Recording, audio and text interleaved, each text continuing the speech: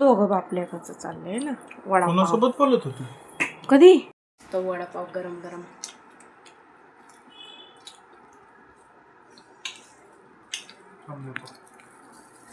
तर पप्पाने आणले मस्तपैकी चिकन. आता दम बिर्याणी करायची म्हणून भात शिजायला लावलाय. तर मस्तपैकी दम बिर्याणी करते.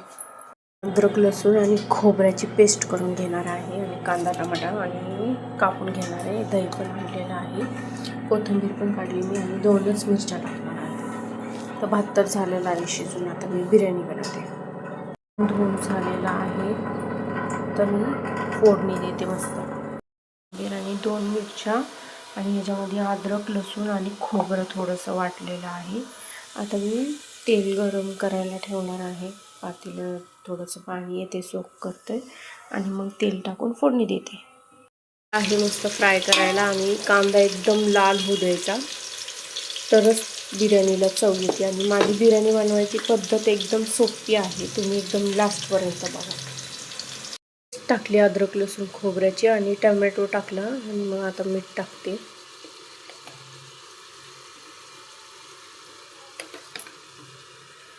टमॅटो चांगलं मॅश होईपर्यंत ठेवायचा. चांगला झाला पाहिजे टमॅटो.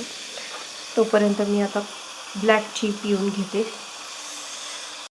कांदा टमाटर ते सगळं चांगलं फ्राय होतं तोपर्यंत तुम्हाला मी मसाल्याचं सांगते. तर हे ब्लॅक पेपर पावडर आहे, हळद आहे, लाल मिरची पावडर आणि कांदा लसूण मसाला. मी बेसिकच मसाला टाकते, बाकी दुसरं काही नाही टाकत. आणि हा बिर्याणी मसाला बस झाला. एवढेच मसाले मी टाकणार आहे आणि दही टाकणार आहे. मसाले टाकून घेतलेले आहेत आणि याला पण चांगलं फ्राय करून घ्यायचे. आणि हा फ्राय झाला की लगेच चिकन टाकून घ्यायचं. चिकन पण टाकून घेतलेलं आहे. आता ह्याला पण चांगलं मिक्स करते आणि चिकन शिजेपर्यंत झाकून ठेवायचं मस्तपैकी. आणि मग नंतरनं वरून राईस टाकून द्यायचा. माझी खूप साधी दम बिर्याणी असते, म्हणजे 1 लेअरच असते. मी जास्त लेअर नाही लावत बसत आणि कलर वगैरे पण नाही टाकत. कोथिंबीर टाकायची फक्त वरतून बस. आता झाकून ठेवते. कोथिंबीर वगैरे चांगलं मिक्स वगैरे करून घेतलं आहे. आता मी त्याला दही टाकते मी आता. आणि दही पण चांगलं मिक्स करून घेते आणि मग झाकण ठेवून चांगलं शिजू देते. तुम्ही बघू शकता मी दही टाकून चांगलं मिक्स करून घेतले आणि कोथिंबीर परत टाकली वरतून थोडीशी. आणि आता शिजेपर्यंत झाकण ठेवणार आहे. आणि नंतरनं चिकन शिजलं ना मग मी राईस टाकून घेणार आहे. ते बघा मस्तपैकी ग्रेव्ही झालेली आहे. आता मी तोपर्यंत राईसमधला गरम मसाला काढून घेते त्याच्यामध्ये आणि याला सुटसुटीत करते आणि त्याच्यावरून टाकून देते. वाटलं असं मी गरम मसाला नाही टाकला, पण मी गरम मसाला भातामध्ये टाकला होता आणि तो मी काढून घेते कारण की अख्खा मसाला आणि पप्पाला नाही आवडत दाताखाली आल्याला. मग असं मी सुट्टा करून घेते राईस. आता मी त्यातलं सगळं काढून घेते जे पण मी टाकलेलं आहे गरम मसाले अख्खे. तर आता मी राईस टाकून घेते. असा सगळीकडं पसरून टाकायचा राईस.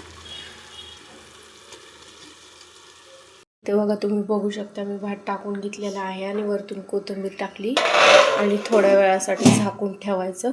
आणि चिकन मस्त खाली लागू द्यायचं, करपू द्यायचं एकदम, म्हणजे एकदम भारी टेस्ट येते. अंश तर इथंच थांबलाय वेटिंगला बिर्याणीसाठी. आता मी मला वाढून घेतले. आता मी जेवून तुम्हाला सांगते बघा किती छान झाली बिर्याणी सुटसुटीत. मग मला एक बॉक्स सुरू का लिहायला? ते तुझं दिसायला पाहिजे, कळायला पाहिजे. नंबर झाले.